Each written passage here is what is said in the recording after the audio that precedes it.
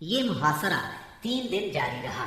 تیسرے دن رسول اللہ صلی اللہ علیہ وسلم نے فتح اور غنیمت کی دعا فرمائی، پھر مسلمانوں کو حملے کی دعوت دی۔ مسلمانوں نے شدت کا حملہ کیا۔ پہلے مقابلے کے لیے للکارا گیا، پھر گھمسان کی لڑائی شروع ہوئی۔ یہ لڑائی یہود کی شکست پر ختم ہوئی اور مسلمانوں نے سورج ڈوبنے سے پہلے قلعہ فتح کر لیا۔ غنیمت میں بہت سا غلہ ہاتھ آیا۔ اس قلعے میں سب سے زیادہ خوراک اور چربی تھی۔ اس طرح یہ مسلمانوں کے لیے سب سے کارآمد قلعہ ثابت ہوا۔ مسلمان اس سے پہلے سخت بھوک کا شکار تھے، چنانچہ بہت سے لوگوں نے گدھے ذبح کر دیے، لیکن اللہ کے رسول صلی اللہ علیہ وسلم نے ان کو کھانے سے منع فرما دیا۔ چنانچہ آپ کا حکم پا کر چولہوں پر چڑھی ہوئی ہانڈیاں الٹ دی گئی۔ یہود نے یہاں سے بھاگ کر قلعہ زبیر میں پناہ لی اور وہاں قلعہ بند ہو گئے۔ یہ نطاط کا تیسرا اور آخری قلعہ تھا۔ مسلمانوں نے آگے بڑھ کر اس کا بھی محاصرہ کر لیا۔ چوتھے دن ایک یہودی نے آ کر پانی کی بعض نالیوں کی نشاندہی کر دی۔ ان سے یہود پانی پیا کرتے تھے، چنانچہ مسلمانوں نے یہ نالیاں کاٹ دی۔ اس پر یہود نے باہر نکل کر سخت لڑائی کی، لیکن شکست کھا کر شک کی طرف پسپاں ہو گئے اور حصن علی میں قلعہ بند ہو گئے۔ مسلمانوں نے ان کا تعاقب کیا اور وہاں بھی ان کا محاصرہ کر لیا۔ چنانچہ وہ نہایت سخت لڑائی کے لیے تیار ہو کر نکلے۔ ان کے ایک بہادر نے نکل کر مقابلے کی دعوت دی اور مارا گیا۔ پھر دوسرا نکلا اور وہ بھی مارا گیا۔ اسے سیدنا ابو دجانہ سماک بن خراشہ انصاری رضی اللہ عنہ نے قتل کیا، اور اسے قتل کرتے ہی وہ تیزی سے قلعے میں جا گھسے۔ ان کے ساتھ ہی اور مسلمان بھی داخل ہو گئے۔ کچھ دیر تک قلعے کے اندر لڑائی جاری رہی، پھر یہود نے راہ فرار اختیار کی اور اس علاقے کے سب سے آخری قلعے حصن نظار میں قلعہ بند ہو گئے۔ مسلمانوں کو حصن ابی سے بہت سا مال غنیمت ہاتھ آیا۔ مسلمان اب حصن نظار کی طرف بڑھے اور اس کا محاصرہ کر لیا۔ یہ قلعہ پہاڑ کی چوٹی پر تھا اور وہاں پہنچنے کی کوئی صورت نہیں تھی۔ یہودیوں نے یہاں اپنی حفاظت کا زبردست انتظام کر رکھا تھا۔ انہیں یقین تھا کہ اس قلعے میں مسلمان داخل نہیں ہو سکیں گے، اس لیے انہوں نے اس قلعے میں عورتوں اور بچوں سمیت قیام کیا۔ تیر اور پتھر برسا برسا کر سخت جوابی کارروائی کی۔ جواب میں مسلمانوں نے بھی منجنیق نصب کر کے اس قلعے پر پتھروں کی بارش شروع کر دی۔ اس سے ان کے دلوں پر رعب چھا گیا اور وہ کوئی قابل ذکر سختی برداشت کیے بغیر قتیبہ کے علاقے کی طرف بھاگ نکلے۔ مسلمانوں کو اس قلعے سے تانبے اور مٹی کے برتن ملے۔ ان کے بارے میں رسول اللہ صلی اللہ علیہ وسلم نے فرمایا، ان کو دھو لو اور ان میں کھانا پکاؤ۔ اس کے بعد مسلمان قلعہ قموس کی طرف بڑھے۔ یہ قتیبہ کا پہلا قلعہ تھا۔ 14 یا 20 دن تک اس کا محاصرہ جاری رہا۔ اس کے بعد یہود نے پناہ طلب کر لی۔ یہ بھی کہا جاتا ہے کہ انہوں نے پناہ طلب نہیں کی تھی، مسلمانوں نے لڑ کر فتح کیا اور یہود باقی 2 قلعوں وطین اور سلالم کی طرف بھاگے۔ لیکن جب مسلمانوں نے ان کے محاصرے کے لیے پیش قدمی کی تو یہود نے اس شرط پر امان طلب کر لی کہ وہ عورتوں اور بچوں سمیت خیبر کی سرزمین سے جلا وطن ہو جائیں گے۔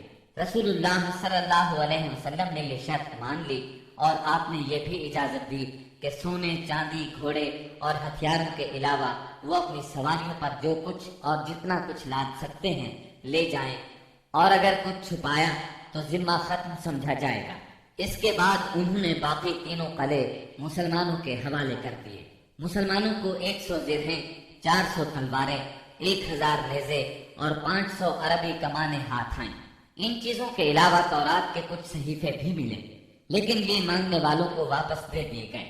کنانہ ابن ابی الحقیق اور اس کے بھائی نے بدعہدی کی اور بہت سا سونا چاندی اور جواہرات چھپا دیے، لہذا ان سے ذمہ ختم ہو گیا اور بدعہدی کی سزا میں ان دونوں کو قتل کر دیا گیا۔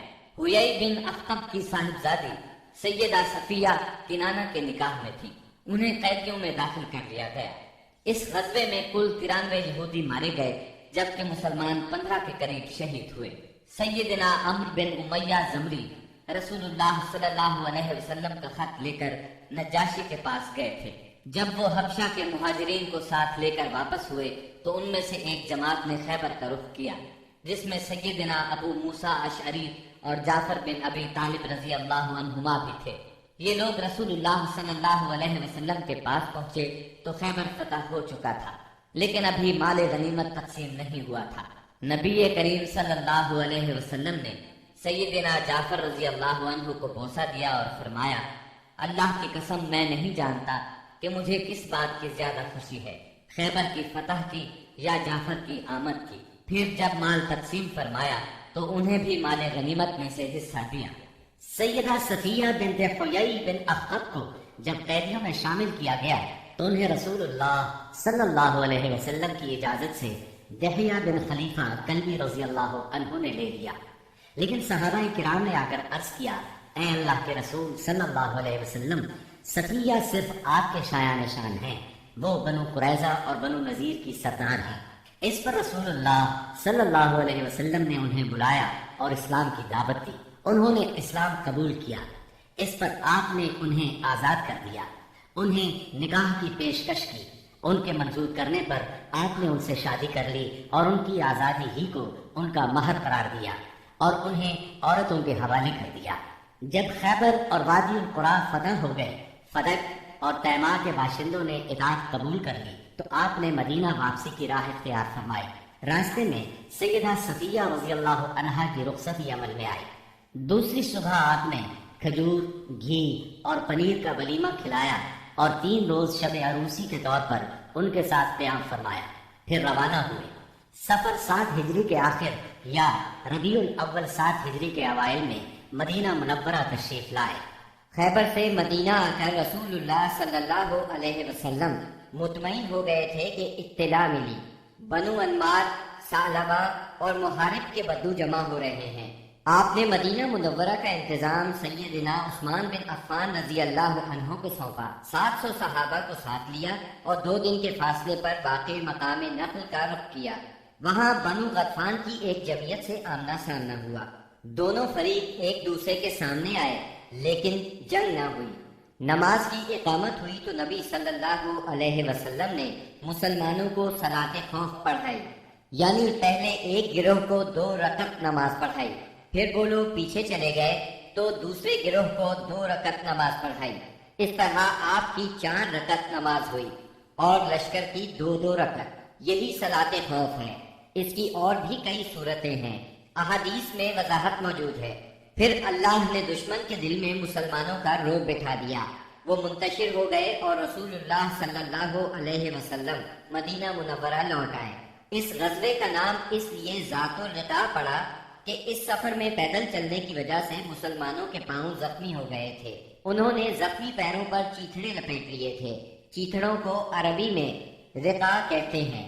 یہ بھی کہا جاتا ہے کہ اس کی زمین اور پہاڑ مختلف رنگ کے تھے، گویا کہ وہ رقاع یعنی پیون تھے، اور کہا جاتا ہے کہ غزوے کی جگہ کا نام ہی یہی ہے۔ اس غزوے میں سب سے دلچسپ بات یہ پیش آئی کہ ایک دن نبی صلی اللہ علیہ وسلم نے ایک سایہ دار درخت کے نیچے پڑاؤ ڈالا اور اپنی تلوار اسی درخت سے لٹکا کر سو گئے، جبکہ باقی لوگ مختلف درختوں کے نیچے سو گئے۔ ایسے میں ایک مشرک اس طرف آ نکلا، اس نے رسول اللہ صلی اللہ علیہ وسلم پر تلوار سونپ لی۔ آپ کی آنکھ کھل گئی تو اس نے کہا، آپ مجھ سے ڈرتے ہیں؟ جواب میں آپ نے فرمایا نہیں۔ اس نے کہا، اب آپ کو مجھ سے کون بچائے گا؟ آپ نے فرمایا، اللہ۔ یہ سن کر اس کے ہاتھ سے تلوار گر گئی۔ آپ نے وہ تلوار اٹھا لی اور فرمایا، اب تمہیں مجھ سے کون بچائے گا؟ اس نے کہا، آپ مجھ پر احسان کیجئے۔ آپ نے اسے اسلام کی دعوت دی۔ وہ مسلمان تو نہ ہوا، لیکن اس نے یہ عہد کیا کہ وہ آپ سے لڑائی کرے گا، نہ لڑنے والوں کے ساتھ ہوگا۔ آپ نے اسے چھوڑ دیا۔ اس نے اپنی قوم میں واپس جا کر کہا، میں تمہارے پاس سب سے اچھے انسان کے پاس سے آ رہا ہوں۔ صلح حدیبیہ کے بعد کفار مکہ سے اور فتح خیبر کے بعد یہود کی طرف سے اطمینان ہوا تو نبی کریم صلی اللہ علیہ وسلم نے ہمسایہ ملکوں کے بادشاہوں اور سلاطین کے نام خطوط لکھ کر اسلام کی دعوت دی۔ آپ نے روم کے بادشاہ قیصر، مصر کے شاہ مقوقس، شام کے غسانی بادشاہ حارث بن ابی شمر، یمامہ کے حاکم حوزہ اور عمان کے حاکم کے پاس اپنے سفیروں کے ذریعے سے دعوتی خطوط ارسال فرمائے۔ ان خطوط کی عبارت نہایت مختصر اور سادہ ہوتی تھی، مثلا بسم اللہ الرحمن الرحیم، یہ خط محمد بن عبداللہ کی طرف سے ہے جو اللہ کا بندہ اور رسول ہے، تمہیں دین اسلام کی طرف دعوت دیتا ہے۔ اگر تم نے انکار کیا تو تمہاری قوم بھی ہدایت سے محروم رہے گی، اس لیے قوم کی گمراہی کی ذمہ داری بھی تم پر ہوگی۔ نجاشی کا نام اسہمہ بن ابجد تھا، آپ نے اسے یہ خط لکھا۔ بسم اللہ الرحمن الرحیم، یہ خط ہے اللہ کے نبی صلی اللہ علیہ وسلم کی طرف سے نجاشی اسہمہ شاہ حبشہ کی طرف۔ اس شخص پر سلام ہو جو ہدایت کی پیروی کرے اور اللہ اور اس کے رسول پر ایمان لائے۔ میں شہادت دیتا ہوں کہ اللہ وحدہ لا شریک کے سوا کوئی عبادت کے لائق نہیں، اس نے کسی کو اپنی بیوی بنایا نہ لڑکا، اور میں اس کی بھی شہادت دیتا ہوں کہ محمد اس کا بندہ اور رسول ہے، اور میں تمہیں اسلام کی دعوت دیتا ہوں کیونکہ میں اس کا رسول ہوں، لہذا اسلام لے آؤ، سلامت رہو گے۔ اے اہل کتاب، ایک ایسی بات کی طرف آؤ جو ہمارے اور تمہارے درمیان برابر ہے، وہ یہ کہ ہم اللہ کے سوا کسی اور کی عبادت نہ کریں، اس کے ساتھ کسی کو شریک نہ ٹھہرائیں، اور ہم میں سے بعض کو اللہ کے سوا رب نہ بنائے۔ بس اگر وہ منہ موڑیں تو کہہ دو کہ گواہ رہو ہم مسلمان ہیں۔ اگر تم نے یہ دعوت قبول نہ کی تو تم پر اپنی قوم کے نصارہ کا گناہ ہوگا۔ یہ خط آپ نے سیدنا عمرو بن امیہ زمری رضی اللہ عنہ کے ہاتھ 6 ہجری کے اخیر یا 7 ہجری کے شروع میں روانہ کیا۔ نجاشی کو جب یہ خط ملا تو اس نے آنکھوں سے لگایا، تخت سے اتر آیا اور سیدنا جعفر رضی اللہ عنہ کے ہاتھ پر اسلام قبول کر لیا۔ نبی صلی اللہ علیہ وسلم کو اپنی بیعت کے متعلق خط لکھا اور ام المؤمنین ام حبیبہ بنت ابی سفیان رضی اللہ عنہا کی شادی نبی صلی اللہ علیہ وسلم سے کر دی اور انہیں اپنی طرف سے 400 دینار مہر دیا۔ پھر انہیں اور مہاجرین حبشہ کو عمرو بن امیہ زمری کے ساتھ 2 کشتیوں میں روانہ کیا۔ وہ انہیں لے کر اس وقت پہنچے جب خیبر فتح ہو چکا تھا اور آپ ابھی وہیں تھے۔ اس نجاشی نے رجب 9 ہجری میں وفات پائی۔ نبی صلی اللہ علیہ وسلم نے اسی روز ان کی وفات کی اطلاع صحابہ کرام رضی اللہ عنہم کو دی اور ان کی غائبانہ نماز جنازہ پڑھی۔ مقوقس شاہ اسکندریہ اور مصر کے نام آپ نے جو خط لکھا اس کے الفاظ یہ ہیں: بسم اللہ الرحمن الرحیم، اللہ کے بندے اور اس کے رسول محمد صلی اللہ علیہ وسلم کی طرف سے مقوقس سربراہ قبط کی جانب اس پر سلام جو ہدایت کی پیروی کرے۔ اما بعد، میں تمہیں اسلام کی دعوت دیتا ہوں، اسلام لے آؤ، سلامت رہو گی۔ اسلام لے آؤ، اللہ تمہیں دوہرا اجر دے گا، لیکن اگر تم نے منہ موڑا تو تم پر اہل قبط کا بھی گناہ ہوگا۔ اور اے اہل کتاب، ایسی بات کی طرف آؤ جو ہمارے اور تمہارے درمیان برابر ہے، وہ یہ کہ ہم اللہ کے سوا کسی کی عبادت نہ کریں اور اس کے ساتھ کسی کو شریک نہ ٹھہرائیں، اور ہم میں سے بعض کو اللہ کے سوا رب نہ بنائے۔ بس اگر وہ منہ موڑیں تو کہہ دو تم گواہ رہو کہ ہم مسلمان ہیں۔ یہ خط آپ نے حاطب بن ابی بلتعہ رضی اللہ عنہ کے ہاتھ بھیجا۔ انہوں نے مقوقس سے گفتگو کی، اسے خط دیا۔ مقوقس نے ان کی عزت افزائی کی اور خط کو ہاتھی دانت کے ڈبے میں رکھ کر اس پر مہر لگائی اور اسے محفوظ کر لیا، اور نبی صلی اللہ علیہ وسلم کو جواب لکھا اور اس میں اقرار کیا کہ ایک نبی باقی رہ گئے ہیں اور میں سمجھتا تھا وہ ملک شام سے نکلیں گے۔ بس اس نے یہ جواب دیا، مسلمان نہیں ہوا۔ تحفے میں سیدہ ماریہ اور سیدہ سیرین رضی اللہ عنہما 2 لوڈیاں بھیجی۔ ان دونوں کا قبط میں بہت مقام تھا۔ کچھ کپڑے اور ایک خچر بھی ہدیے کے طور پر بھیجے۔ اس خچر کا نام دلدل تھا۔ نبی صلی اللہ علیہ وسلم نے ماریہ کو اپنے لیے منتخب فرمایا اور سیرین کو سیدنا حسان بن ثابت رضی اللہ عنہ کے لیے ہبہ کر دیا۔ خچر کو بھی آپ نے اپنی سواری کے لیے پسند فرمایا۔ آپ نے ایک خط شاہ فارس خسرو پرویز کے نام لکھا۔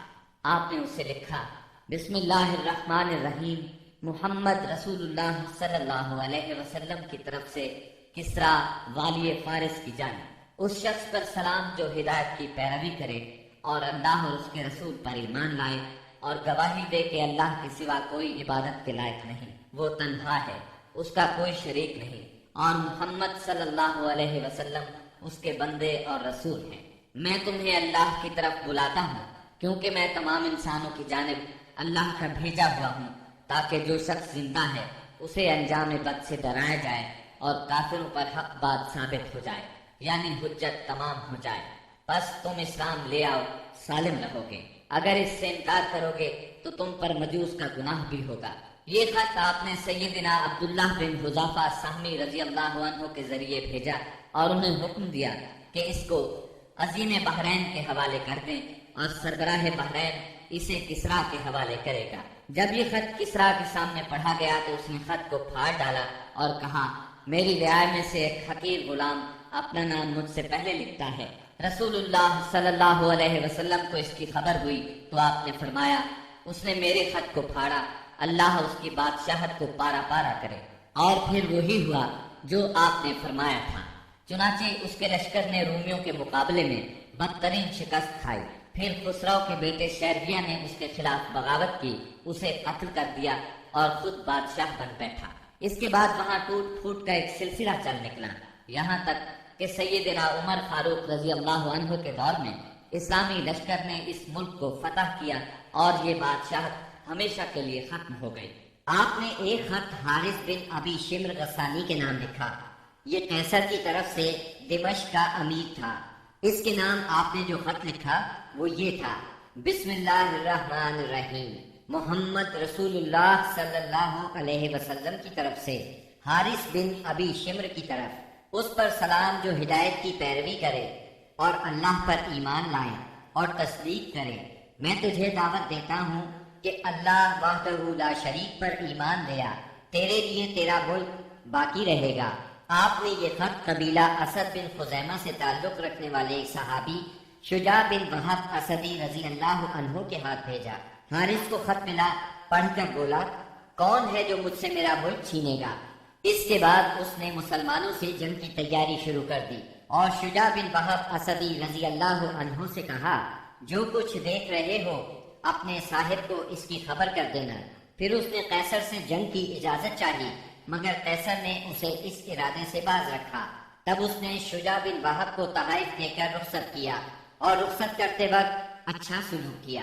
آپ نے ایک خط بصرہ کے امیر کے نام لکھا، اسے اسلام کی دعوت دی اور سیدنا حارث بن عمیر ازدی رضی اللہ عنہ کے ہاتھ روانہ فرمایا۔ سیدنا حارث جنوبی اردن کے علاقے بلقا کے ایک مقام موتا میں پہنچے تو شرابیل بن عمرو غسانی نے ان کا سامنا کیا اور انہیں شہید کر دیا۔ قاصدوں کے سلسلے میں یہ سب سے سخت ظالمانہ قدم تھا، ان کے سوا نبی صلی اللہ علیہ وسلم کا کوئی قاصد قتل نہیں کیا گیا۔ آپ نے اس پر سخت غم و غصے کا اظہار فرمایا اور یہی واقعہ بعد میں غزوہ موتا کا سبب بنا، اس کا ذکر آگے آئے گا۔ جب ذیقعد کا چاند طلوع ہو گیا تو نبی صلی اللہ علیہ وسلم نے صحابہ کرام رضی اللہ عنہم کو حکم دیا کہ اپنے عمرے کی قضا کے طور پر عمرہ کریں اور کوئی بھی آدمی حدیبیہ میں حاضر تھا پیچھے نہ رہے۔ چنانچہ اس مدت میں جو لوگ شہید ہو چکے تھے انہیں چھوڑ کر بقیہ سب لوگ روانہ ہوئے اور آل حدیبیہ کے سوا کچھ اور لوگ بھی عمرہ کرنے کے لیے ہمراہ نکلے۔ اس طرح تعداد 2000 ہو گئی۔ رسول اللہ صلی اللہ علیہ وسلم نے اس موقع پر ابو رحم غفاری رضی اللہ عنہ کو مدینے میں اپنا جانشین مقرر کیا، 60 اونٹ ساتھ لیے اور ناجیہ بن جندب اسلمی کو ان کی دیکھ بھال کا کام سونپا۔ رسول اللہ صلی اللہ علیہ وسلم مکے میں داخلے کے وقت اپنے قصوہ نامی اونٹنی پر سوار تھے۔ مسلمانوں نے تلواریں حمائل کر رکھی تھی اور رسول اللہ صلی اللہ علیہ وسلم کو گھیرے میں لیے ہوئے لبیک پکار رہے تھے۔ مشرکین جبکہ مسلمانوں کا تماشا دیکھنے کے لیے گھروں سے نکل کر کعبے کے شمال میں واقع قیان پہاڑ پر جا بیٹھے تھے، انہوں نے آپس میں باتیں کرتے ہوئے کہا تھا کہ تمہارے پاس ایک ایسی جماعت آ رہی ہے جسے یثرب کے بخار نے توڑ ڈالا ہے، اس لیے نبی صلی اللہ علیہ وسلم نے حکم دیا کہ وہ پہلے 3 پھیروں میں کندھوں کو ہلاتے ہوئے دوڑ کر چلے تاکہ کفار کو معلوم ہو جائے مسلمان کمزور نہیں ہوئے۔ اس طرح چلنے کو رمل کہتے ہیں۔ یہ سنت آج تک قائم ہے اور قیامت تک قائم رہے گی۔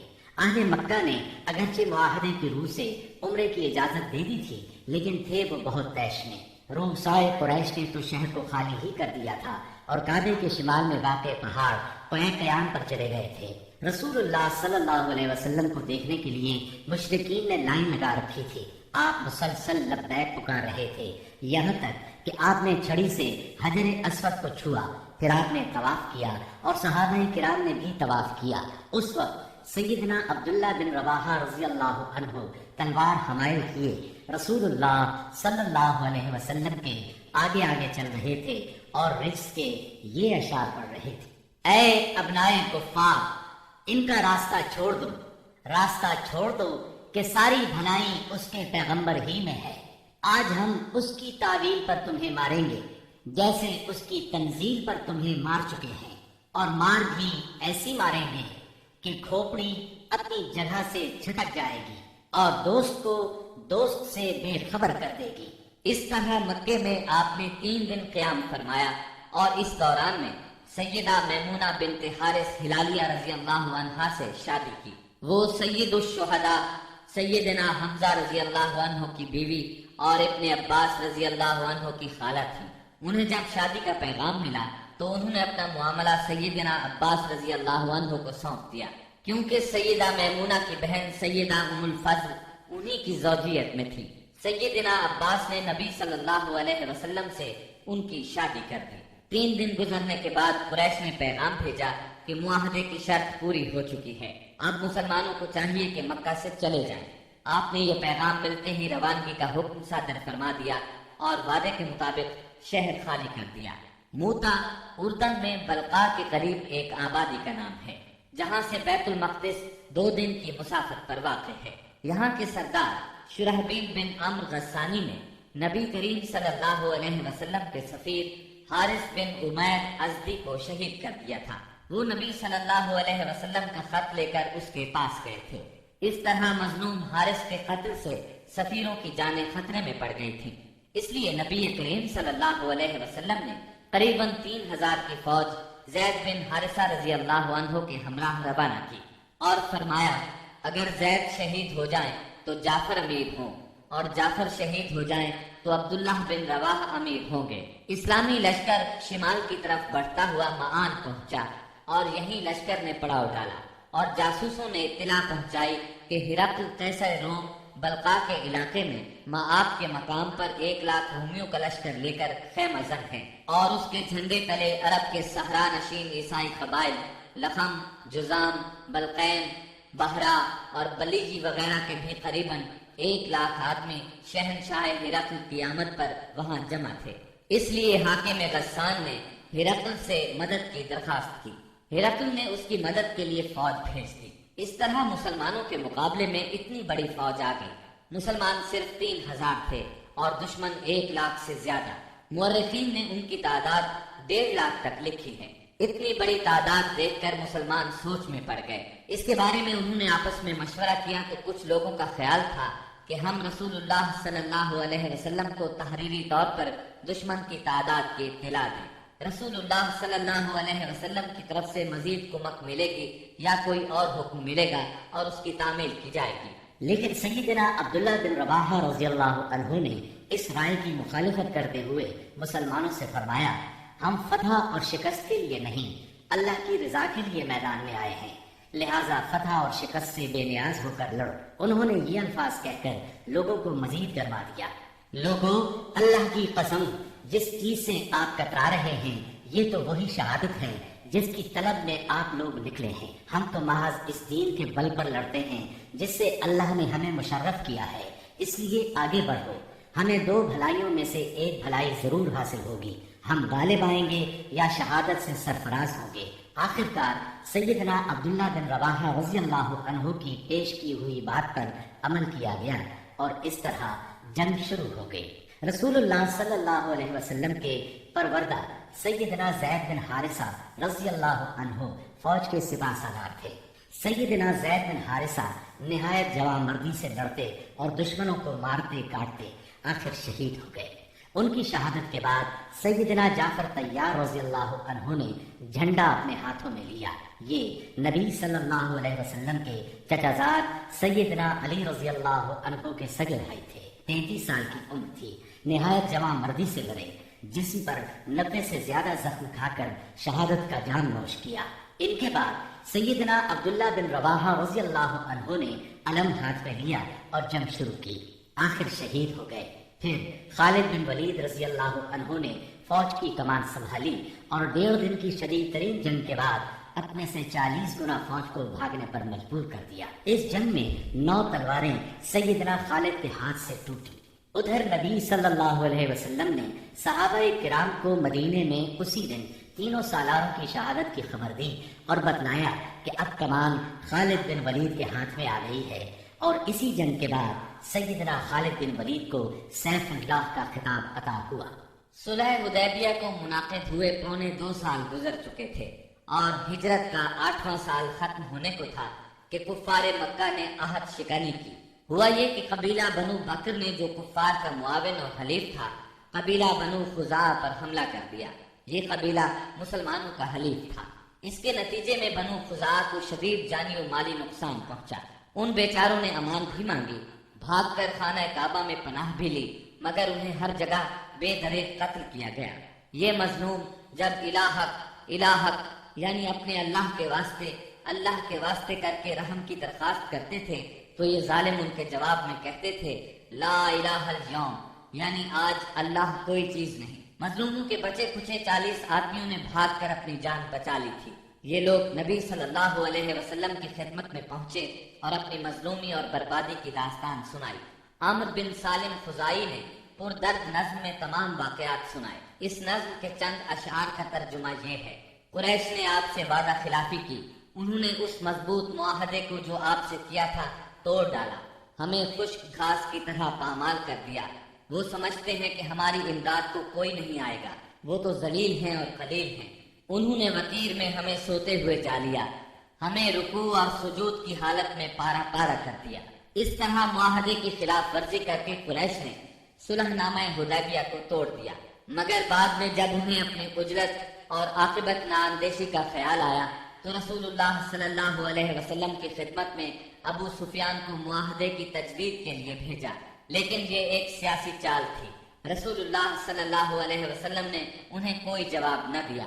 ان حالات میں اس کے سوا کوئی چارہ نہ تھا کہ کفار کی سازشوں کے اس مرکز کو ہمیشہ کے لیے بند کر دیا جائے، تاکہ کفار کو مسلمانوں کی طاقت کا صحیح اندازہ ہو جائے اور وہ سازش کرنے کی جرأت نہ کر سکیں، نہ فساد اور لڑائی پر آمادہ ہوں۔ چنانچہ رسول اللہ صلی اللہ علیہ وسلم 10,000 صحابہ کرام کے ساتھ ہجرت کے 8ویں سال رمضان المبارک میں مکے کی طرف روانہ ہوئے۔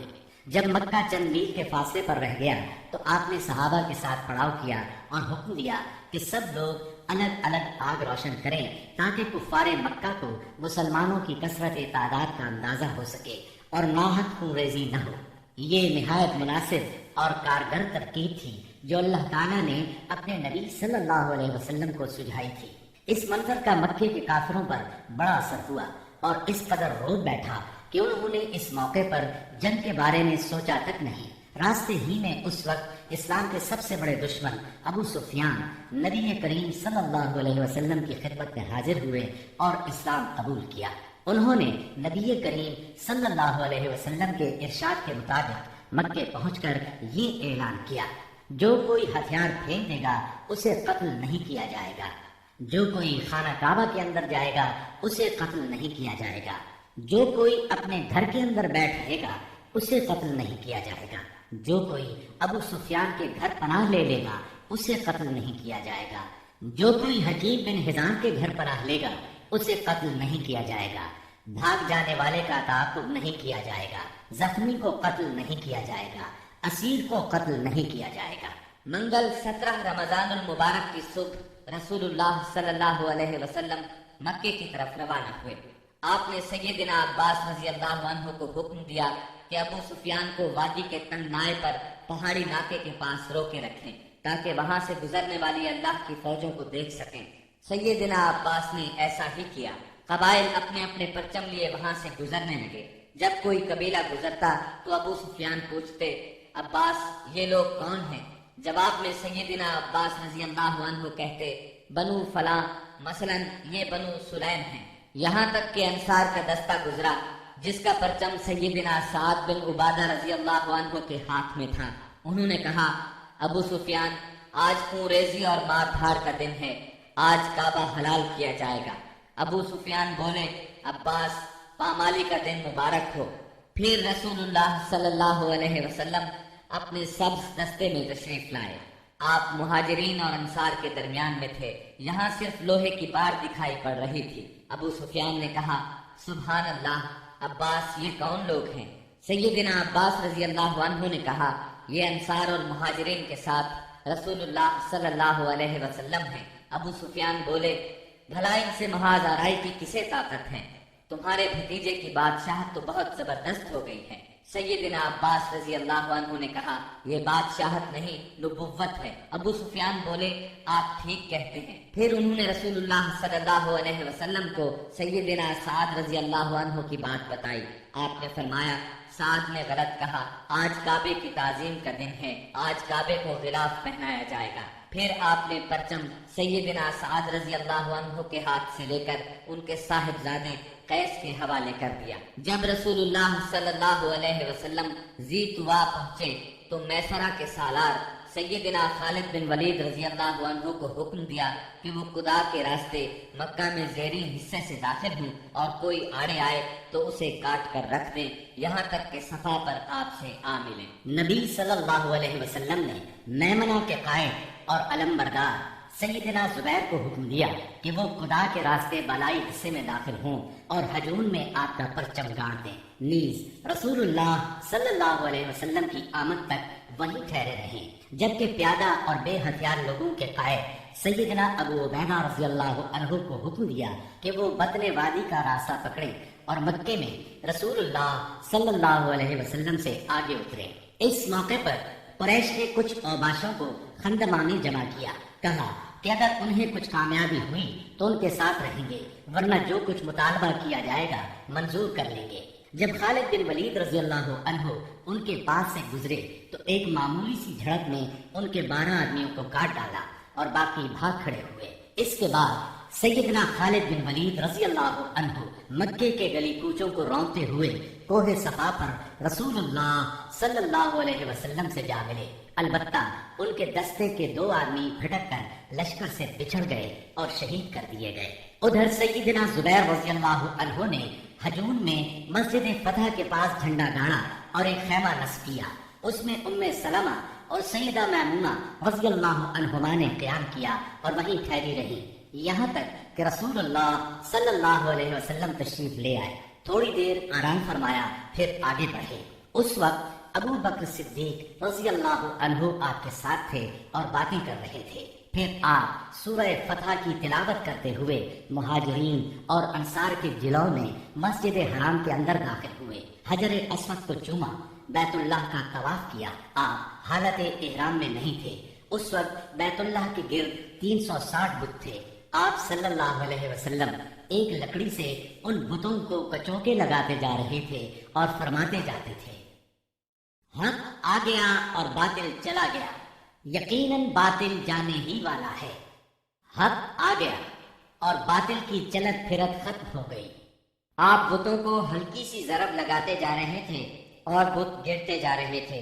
جب آپ طواف سے فارغ ہو گئے تو سیدنا عثمان بن طلحہ رضی اللہ عنہ کو بلا کر ان سے کعبے کی چابی لی اور اس کو کھولنے کا حکم دیا۔ پھر اس میں جو بت تھے انہیں نکلوا کر توڑوا دیا، جو تصاویر تھی انہیں مٹوا دیا۔ اس کے بعد آپ سیدنا اسامہ بن زید اور سیدنا بلال رضی اللہ عنہم کے ساتھ اندر داخل ہوئے اور دروازہ بند کر لیا۔ پھر دروازے کے مقابل کی دیوار کے رخ سے 3 ہاتھ کے فاصلے پر کھڑے ہوئے اپنے بائیں 1 ستون، دائیں 2 ستون اور پیچھے 3 ستون کیے اور 2 رکعت نماز پڑھی۔ پھر بیت اللہ میں گھوم کر اس کے اطراف میں اللہ کی تکبیر اور توحید کے الفاظ کہے۔ اس کے بعد آپ نے دروازہ کھولا۔ قریش مسجد حرام میں صفیں لگاتے کھچا کھچ بھرے تھے۔ آپ نے دروازے کے دونوں بازو پکڑ کر ایک بلیغ خطبہ دیا جس میں اسلام کے بہت سے احکام بیان فرمائے، جاہلیت کے امور کو ساقط کیا اور اس کی نخوت کے خاتمے کا اعلان کیا۔ پھر فرمایا، قریش کے لوگوں، تمہارا کیا خیال ہے میں تمہارے ساتھ کیا سلوک کرنے والا ہوں؟ انہوں نے جواب دیا، آپ کریم بھائی ہیں اور کریم بھائی کے صاحبزادے ہیں۔ آپ نے ارشاد فرمایا، لا تثریب علیکم اليوم اذهبوا فانتم الطلقاء، آج کے دن تم پر کوئی سرزنش نہیں، جاؤ تم سب آزاد ہو۔ پھر نیچے تشریف لائے اور مسجد حرام میں تشریف فرما ہوئے۔ چابی سیدنا عثمان بن طلحہ رضی اللہ عنہ کو واپس کی اور فرمایا اس کو ہمیشہ ہمیشہ کے لیے لے لو، تم لوگوں سے اسے وہی چھینے گا جو ظالم ہوگا۔ نبوت کے ابتدائی دنوں میں ایک مرتبہ نبی اکرم صلی اللہ علیہ وسلم نے انہی عثمان سے فرمایا تھا کہ بیت اللہ کا دروازہ کھول دو، انہوں نے انکار کیا تھا۔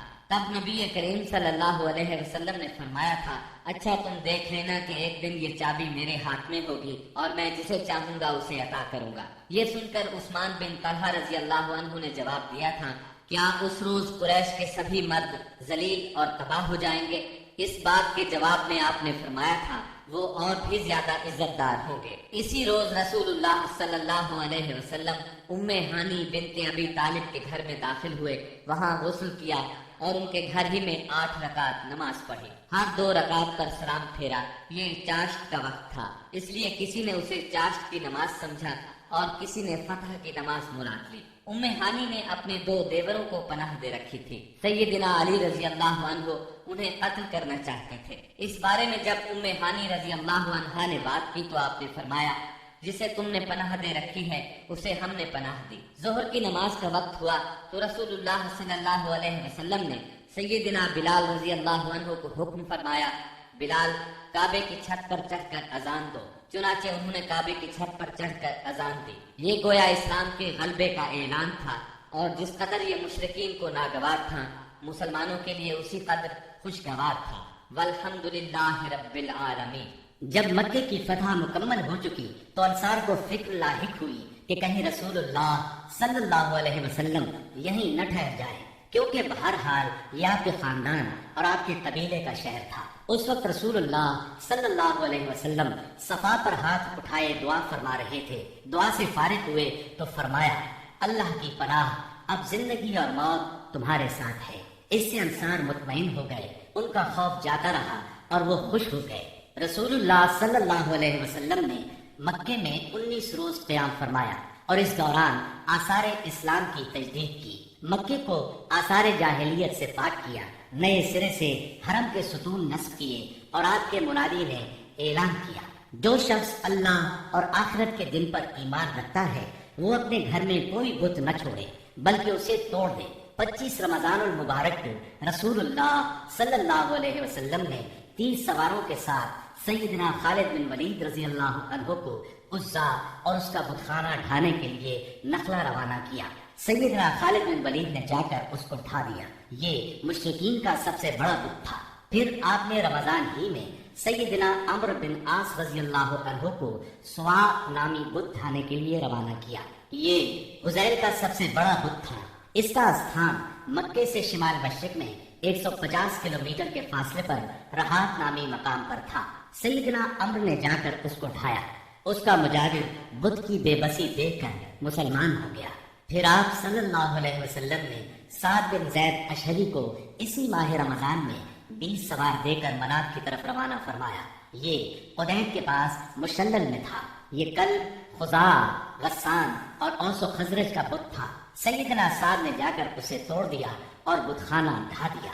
فتح مکہ کے بعد بہت سے قبائل نے اسلام قبول کر لیا، لیکن حوازن اور بنو ثقیف کے قبیلوں نے چند اور قبائل کو اپنے ساتھ ملا کر 4000 کا لشکر تیار کیا اور مسلمانوں سے زور آزمائی کا فیصلہ کیا۔ نبی کریم صلی اللہ علیہ وسلم کو ان کے ارادوں کی اطلاع ہوئی تو آپ نے اپنے ایک صحابی کو تحقیق کے لیے بھیجا۔ انہوں نے تصدیق کی، تب آپ نے مسلمانوں کو تیاری کا حکم فرمایا۔ چنانچہ 10,000 مدنی اور 2000 مکی فوج کا لشکر تیار ہو گیا۔ بعض لوگوں نے لشکر کی کثرت کے پیش نظر کہا آج ہم مغلوب نہیں ہوں گے۔ یہ بات رسول اللہ صلی اللہ علیہ وسلم پر گراں گزری۔ شام ہوئی تو ایک سوار نے آ کر اطلاع دی کہ بنو حوازن عورتوں، بچوں اور اونٹ بکریوں سمیت نکلے ہیں۔ آپ یہ سن کر مسکرائے اور فرمایا یہ کل انشاءاللہ مسلمانوں کا مال غنیمت ہوگا۔ 10 شوال 8 ہجری کی رات رسول اللہ صلی اللہ علیہ وسلم حنین پہنچے۔ وادی حنین مکہ معظمہ سے 30 میل دور واقع ہے۔ آپ نے وادی میں داخل ہونے سے پہلے سحر کے وقت لشکر کو ترتیب دیا۔ مہاجرین کا پرچم علی بن ابی طالب کو دیا، اوس کا پرچم اسید بن حذیر رضی اللہ عنہ کو اور خزرج کا پرچم حباب بن منذر کو اور کچھ دوسرے پرچم دوسرے قبائل کو دیے۔ 2 زرہیں پہنی، سر اور چہرے پر خود رکھا۔ اس کے بعد ہراول دستے نے وادی میں اترنا شروع کیا۔ اسے چھپے ہوئے دشمن کی موجودگی کا علم نہیں تھا، ابھی وہ اتر ہی رہا تھا کہ اچانک دشمن نے ٹڈی دل کی طرح تیروں کی بارش کر دی۔ پھر دشمن مسلمانوں پر ٹوٹ پڑا۔ اس اچانک حملے سے ہراول دستے میں انتشار پھیل گیا۔ اس میں موجود مسلمانوں کے پاؤں اکھڑ گئے، جو لوگ پیچھے تھے وہ بھی انہی کے ساتھ ہو لیے۔ جہاں تک رسول اللہ صلی اللہ علیہ وسلم کا تعلق ہے تو نہ صرف یہ کہ آپ چند انصار اور مہاجرین کے ساتھ اپنی جگہ پر ثابت قدم رہے، بلکہ آپ دشمن کی طرف بڑھنے کے لیے اپنے خچر کو ایڑ لگاتے اور فرماتے جا رہے تھے، انا النبی لا کذب، انا ابن عبد المطلب، میں نبی ہوں، جھوٹا نہیں، میں عبد المطلب کا فرزند ہوں۔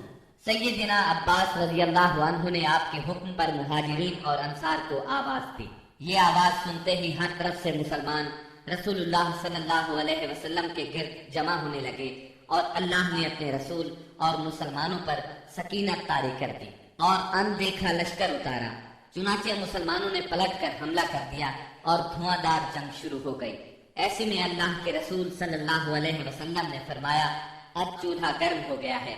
پھر آپ نے ایک مٹھی میں مٹی لے کر ان کے چہروں پر ماری اور فرمایا، شاہت الوجوہ، چہرے بگڑ جائیں۔ اس مٹی سے ان کی آنکھیں بھر گئیں۔ اس کے بعد ان کی دھار کند اور ان کا کام پچھڑتا چلا گیا، یہاں تک کہ وہ پراگندہ ہو کر بھاگ نکلے، اور مسلمانوں نے مارتے کاٹتے ان کا پیچھا کیا۔ چنانچہ عورتوں اور بچوں کو پکڑ لیا اور بہت سے فوجیوں کو گرفتار کر لیا۔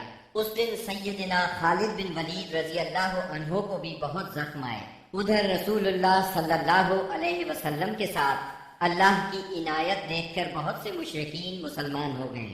مشرکین بھاگے تو 3 گروہوں میں تقسیم ہو گئے۔ سب سے بڑا گروہ طائف کی طرف بھاگا، دوسرے گروہ نے نخلا کا رخ کیا، اور تیسرے گروہ نے اوتاس میں مورچہ بندی کی۔ آپ نے اوتاس میں ابو موسیٰ اشعری رضی اللہ عنہ کے چچا ابو عامر اشعری رضی اللہ عنہ کو صحابہ کی ایک جماعت کے ساتھ بھیجا۔ انہوں نے دشمنوں کو مار کاٹ اور بھگا کر سارے مال غنیمت پر قبضہ کر لیا۔ البتہ ابو عامر اشعری رضی اللہ عنہ خود اس معرکے میں شہید ہو گئے، اور ان کی جگہ ابو موسیٰ اشعری رضی اللہ عنہ نے سنبھالی اور کامیاب و کامران لوٹے۔ دوسری طرف مسلمانوں کی ایک جماعت نے نفلا بھاگنے والوں کا تعاقب کیا، درید بن سمہ کو جا پکڑا اور اسے قتل کر دیا۔ رسول اللہ صلی اللہ علیہ وسلم نے مال غنیمت اور قیدیوں کو جمع کرنے کا حکم دیا۔ اس کی کل تعداد یہ تھی، اونٹ قریباً 24,000، بکریاں 40,000 سے زیادہ، چاندی 4,000 اوقیہ یعنی 1,60,000 درہم، عورتیں اور بچے 6,000۔ ان سب کو جعرانہ میں جمع کر کے سیدنا مسعود بن عمرو غفاری رضی اللہ عنہ کو ان کا نگران مقرر فرمایا۔ اس کے بعد آپ نے طائف کی طرف توجہ فرمائی۔ آپ خود اس سمت میں بڑھے۔ طائف مکہ سے 60 میل کے فاصلے پر ایک سرسبز پہاڑ کے دامن میں واقع ہے۔ آپ نے طائف کا محاصرہ کر لیا۔ یہ محاصرہ 20 دن تک جاری رہا، لیکن شہر فتح نہ ہو سکا۔ محاصرہ چھوڑ کر آپ جعرانہ کے مقام پر تشریف لائے۔ یہاں مال غنیمت ذخیرہ کیا گیا تھا۔ رسول اللہ صلی اللہ علیہ وسلم طائف سے جعرانہ واپس آ کر 10 دن سے زیادہ ٹھہرے رہے۔ مال غنیمت تقسیم نہ فرمایا۔ آپ کو انتظار تھا کہ حوازن توبہ کر کے آ جائیں اور اپنے مال اور قیدی واپس لے جائیں، لیکن جب وہ نہ آئے تو آپ نے مال غنیمت میں سے خمس یعنی 5واں حصہ نکالا اور تالیف قلب کے لیے کمزور اسلام والوں کو عطا فرمایا۔ کچھ ایسے لوگوں کو بھی دیا جو ابھی تک مسلمان نہیں ہوئے تھے، تاکہ ان کی نظروں میں اسلام محبوب ہو جائے۔ انصار کو رسول اللہ صلی اللہ علیہ وسلم کے اس فعل پر حیرت ہوئی کہ آپ نے تالیف قلوب کی خاطر اندازے سے بڑھ کر عطیے دیے اور انصار کو کچھ نہ دیا۔ چنانچہ بعض انصار نے کہا، یہ کیسی تعجب کی بات ہے کہ آپ قریش کو دے رہے ہیں اور ہمیں چھوڑ رہے ہیں، حالانکہ ہماری تلواروں سے ان کا خون ٹپک رہا ہے۔ یہ بات انصار کے رئیس سیدنا سعد بن عبادہ رضی اللہ عنہ نے آپ تک پہنچائی۔ آپ نے صرف انصار کو جمع فرمایا، اللہ کی حمد و ثنا کی، پھر اللہ نے آپ پر جو احسان کیا تھا اس کا ذکر کیا۔ اس کے بعد فرمایا، انصار کے لوگوں، تم اپنے جی میں دنیا کی ایک حقیر سی گھاس کے لیے ناراض ہو گئے. اس کے ذریعے سے میں نے لوگوں کا دل جوڑا تھا تاکہ وہ مسلمان ہو جائیں اور تمہیں تمہارے اسلام کے حوالے کر دیا تھا. اے انصار، کیا تم اس سے راضی نہیں کہ لوگ اونٹ بکریاں لے جائیں اور تم رسول اللہ صلی اللہ علیہ وسلم کو لے کر اپنے ڈیروں پر جاؤ؟ اس ذات کی قسم جس کے ہاتھ میں محمد کی جان ہے، اگر ہجرت نہ ہوتی تو میں بھی انصار کا ایک فرد ہوتا، اور اگر سارے لوگ ایک راہ چلیں اور انصار دوسری راہ تو میں بھی انصار ہی کی راہ چلوں گا. اے اللہ، انصار پر رحم فرما، انصار کے بیٹوں پر رحم فرما اور انصار کے پوتوں پر رحم فرما. اس پر لوگ اس قدر روئے کہ داڑھیاں تر ہو گئی اور کہنے لگے ہم راضی ہیں کہ ہمارے حصے اور نصیب میں رسول اللہ صلی اللہ علیہ وسلم ہوں. اس کے بعد رسول اللہ صلی اللہ علیہ وسلم واپس آ گئے اور انصار بھی واپس ہو گئے. بنی سعد کے ایک سردار زہیر نے آگے بڑھ کر عرض کیا، بنی سعد سے آپ کا رضاعت یعنی دودھ کا رشتہ ہے اور وہ آپ سے مہربانی کی امید رکھتے ہیں. اس پر آپ نے عبد المطلب کی اولاد کے حصے کے غلام اور باندیاں آزاد کر دی. جب مسلمانوں کو اس کا علم ہوا تو انہوں نے بھی ایسا ہی کیا. اس طرح 6000 قیدیوں کو رہائی مل گئی. مال غنیمت کی تقسیم سے فارغ ہو کر رسول اللہ صلی اللہ علیہ وسلم نے عمرے کا احرام باندھا. یہی عمرہ جعرانہ ہے. عمرے سے فارغ ہو کر مدینہ واپسی کی راہ لی اور ذیقعد میں 6 دن یا 3 دن باقی تھے جب آپ مدینہ منورہ پہنچے. محرم 9 ہجری میں مدینہ منورہ خبر پہنچی کہ بنو تمیم قبائل کو جزیہ نہ دینے پر اکسا رہے ہیں. رسول اللہ صلی اللہ علیہ وسلم نے عیینہ بن حصن فزاری کی قیادت میں 50 سواروں کا ایک دستہ بھیجا. انہوں نے صحرا میں حملہ کر کے ان کے 11 آدمی، 21 عورتیں اور بچے گرفتار کر لیے اور انہیں مدینہ لے آئے. اس کے بعد بنو تمیم کے 10 سردار آئے اور شاعری اور کتابت کے مقابلے کی خواہش ظاہر کی. چنانچہ ان کے خطیب عطارد بن حاجب نے خطبہ دیا. اس کا جواب سیدنا ثابت بن قیس رضی اللہ عنہ نے دیا. پھر ان کے شاعر زمرقان بن بدر نے اشعار کہے. جواب میں سیدنا حسان بن ثابت رضی اللہ عنہ نے اپنے اشعار پیش کیے. انہوں نے اسلام کے خطیب اور شاعر کی فضیلت کا اعتراف کیا اور مسلمان ہو گئے. رسول اللہ صلی اللہ علیہ وسلم نے ان کے قیدی واپس کر دیے اور انہیں بہترین تحائف سے نوازا. رجب 9 ہجری میں نبی کریم صلی اللہ علیہ وسلم کو اطلاع ملی کہ ہرقل قیصر روم مسلمانوں کے خلاف جنگ کرنے کے لیے زبردست تیاریاں کر رہا ہے.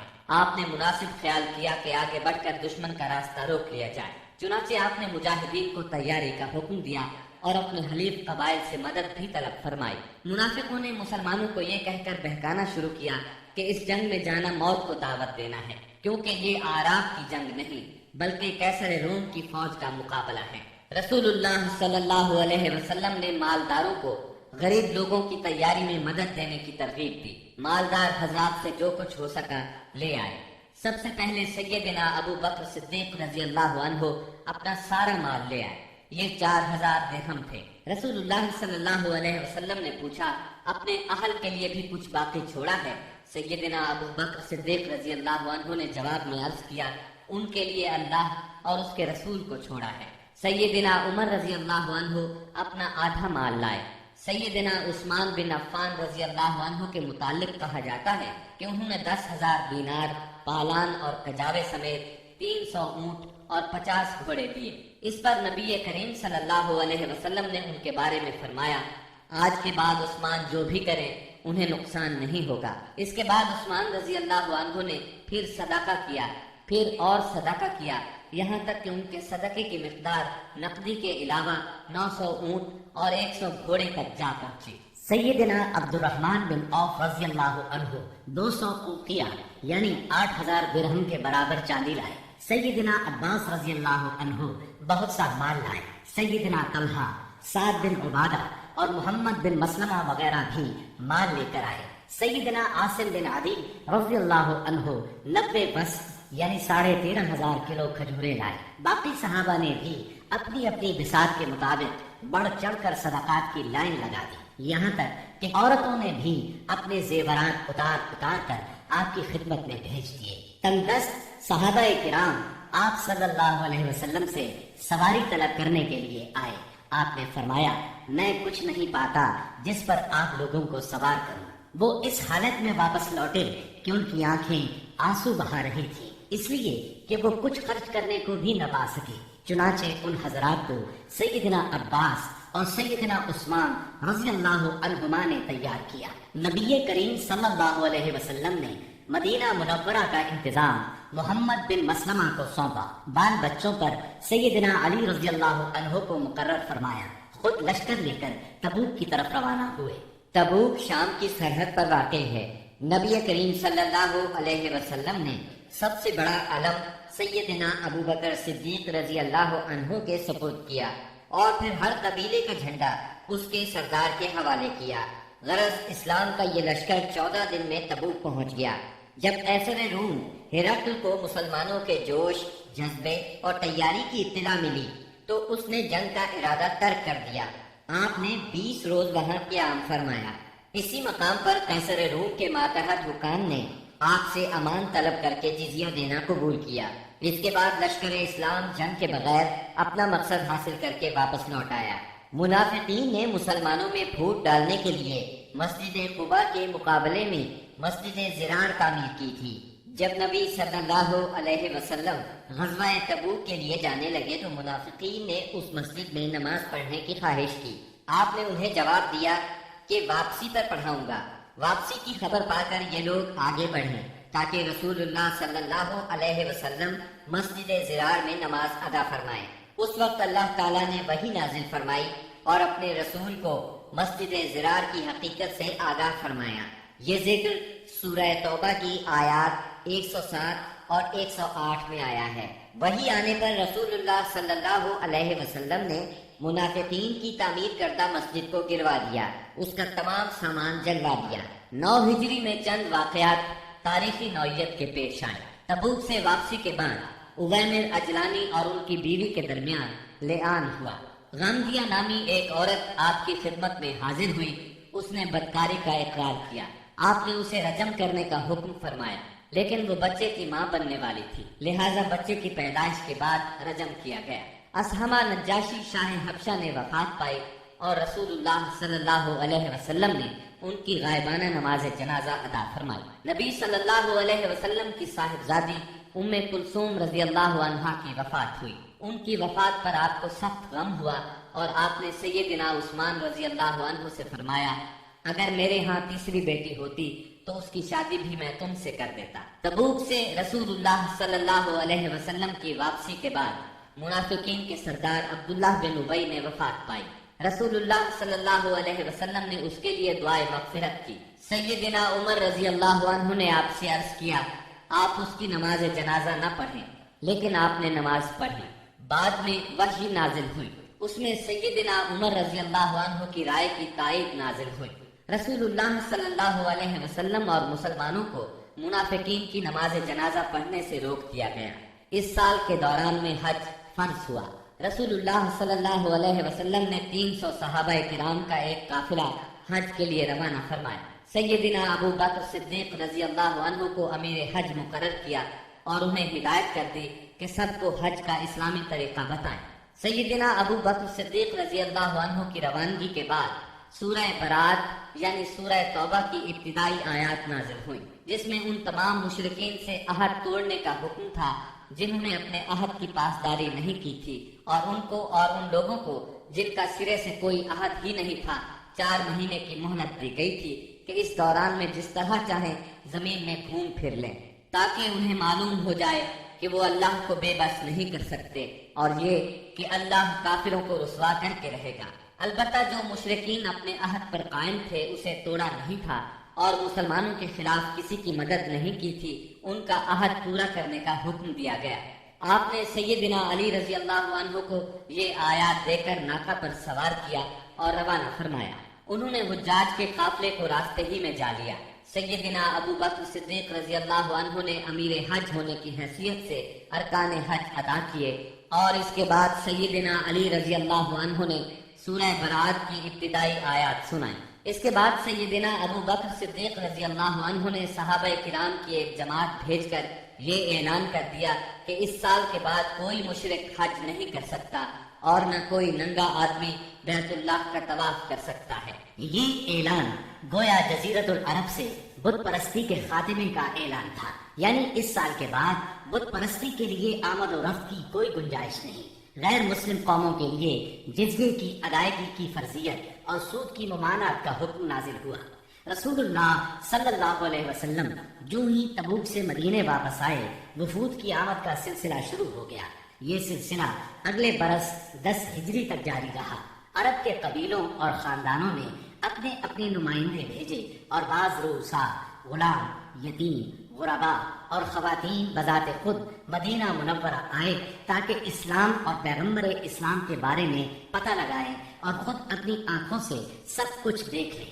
جب یہ لوگ مدینہ آ کر قیام کرتے اور آپ کو دیکھتے تو بعض لوگ تو دیکھتے ہی پکار اٹھتے، اللہ کی قسم یہ چہرہ کسی جھوٹے نبی کا نہیں ہو سکتا۔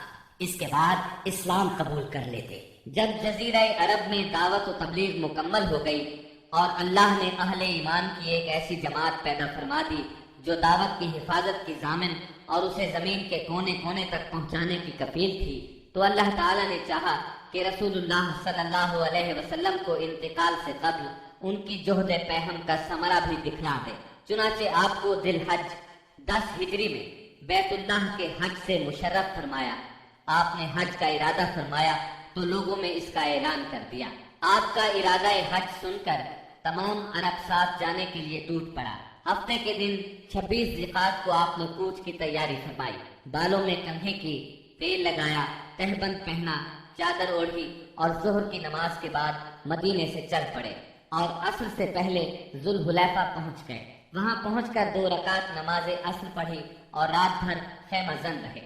صبح ہوئی تو صحابہ کرام سے فرمایا، رات میرے پروردگار کی طرف سے ایک آنے والا آیا، اس نے کہا اس مبارک وادی میں نماز پڑھو اور کہو حج میں عمرہ ہے۔ اس کے بعد آپ صلی اللہ علیہ وسلم نے اپنا سفر جاری رکھا۔ ہفتہ بھر بعد مکے کے قریب پہنچے تو ذی طوا میں رات گزاری اور وہیں نماز فجر پڑھ کر غسل فرمایا، پھر مسجد حرام میں داخل ہوئے۔ یہ اتوار 4 ذی الحج کی صبح تھی۔ وہاں حجر اسود کو بوسہ دیا، بیت اللہ کا 7 مرتبہ طواف کیا۔ طواف کے بعد مقام ابراہیم پر نماز پڑھی اور دوبارہ حجر اسود کو بوسہ دیا، پھر کوہ صفا پر آئے، صفا اور مروہ کے درمیان سعی کی۔ اس کے بعد اعلان فرمایا، جس شخص کے ساتھ قربانی کا جانور نہ ہو وہ احرام کھول دے۔ 8 ذی الحج ترویہ کے دن آپ مکہ سے مینا تشریف لے گئے اور وہاں 9 ذی الحج کی صبح تک قیام فرمایا۔ ظہر، عصر، مغرب، عشاء اور فجر کی نمازیں وہیں پڑھی، پھر اتنی دیر ٹھہرے کہ سورج طلوع ہو گیا۔ اس کے بعد عرفہ کو چل پڑے۔ وہاں پہنچے تو وادی نمرہ میں قبہ تیار تھا، اسی میں اترے۔ جب سورج ڈھل گیا تو آپ کے حکم سے آپ کی اونٹنی قصواں پر کجاوا کسا گیا اور آپ بطن وادی میں تشریف لے گئے۔ اس وقت آپ کے گرد 1,24,000 یا 1,44,000 انسانوں کا سمندر ٹھاٹھے مار رہا تھا۔ آپ نے ان کے درمیان ایک جامع خطبہ ارشاد فرمایا۔ جو لوگ خطبے کے جملوں کو سن رہے تھے وہ دوسروں تک پہنچا رہے تھے اور سنانے کے لیے بلند آواز سے دہرا رہے تھے۔ آپ صلی اللہ علیہ وسلم نے ارشاد فرمایا، جو لوگ یہاں موجود نہیں ہیں ان کو سننے والے یہ پیغام پہنچا دیں۔ نبی کریم صلی اللہ علیہ وسلم نے اپنے اس خطبے میں ارشاد فرمایا، لوگوں میری باتوں کو غور سے سنو کیونکہ میں نہیں جانتا، شاید اس سال کے بعد اس مقام پر میں تم سے کبھی نہ مل سکوں۔ لوگوں، جیسا کہ یہ دن، یہ مہینہ اور یہ شہر مکہ حرمت والا ہے، اسی طرح ایک دوسرے کے جان و مال تم پر حرام ہے۔ سن لو، جاہلیت کی ہر چیز میرے پاؤں تلے رونت دی گئی، جاہلیت کے خون بھی ختم کر دیے گئے، اور ہمارے خون میں سے پہلا خون ربیعہ بن حارث کے بیٹے کا خون ہے، میں اس کو ختم کر رہا ہوں۔ یہ بچہ بنو سعد میں دودھ پی رہا تھا کہ انہی ایام میں قبیلہ بنو حذیل نے اسے قتل کر دیا، اور جاہلیت کا سود ختم کر دیا گیا، اور ہمارے سود میں سے پہلا سود عباس بن عبد المطلب کا ہے، میں اس کو ختم کر رہا ہوں۔ اب یہ سارے کا سارا سود ختم ہے۔ اے لوگو، عورتوں کا تم پر حق ہے جیسا کہ تمہارا ان پر حق ہے۔ عورتوں کے ساتھ بھلائی کرو، تمہیں بہت جلد اللہ کے سامنے حاضر ہونا ہے اور وہ تم سے تمہارے اعمال کے بارے میں سوال فرمائے گا۔ خبردار خبردار، میرے بعد گمراہ نہ ہو جانا۔ لوگو، نہ تو میرے بعد کوئی پیغمبر ہے نہ کوئی اور امت ہی پیدا ہونے والی ہے۔ خوب سن لو، اپنے پروردگار کی عبادت کرنا، پنجگانہ نماز ادا کرنا، رمضان کے روزے رکھنا، اپنے مالوں کی زکوٰۃ دینا، تمام مسلمان محکوم ہوں یا آزاد یکساں ذمہ داریاں اور حقوق رکھتے ہیں۔ اعمال دین کے سوا کسی کو کسی پر کوئی فضیلت نہیں۔ تم اپنے غلاموں کو وہ کھلاؤ جو تم خود کھاتے ہو، اور انہیں وہ لباس پہناؤ جو تم خود پہنتے ہو۔ ان پر نہ کوئی ظلم کرو اور نہ ان کا کوئی حق چھینو۔ امانتیں ان کے مالکوں کی سپرد کرنا چاہیے۔ دوسروں پر ظلم نہ کرو تاکہ تم پر بھی ظلم نہ کیا جائے۔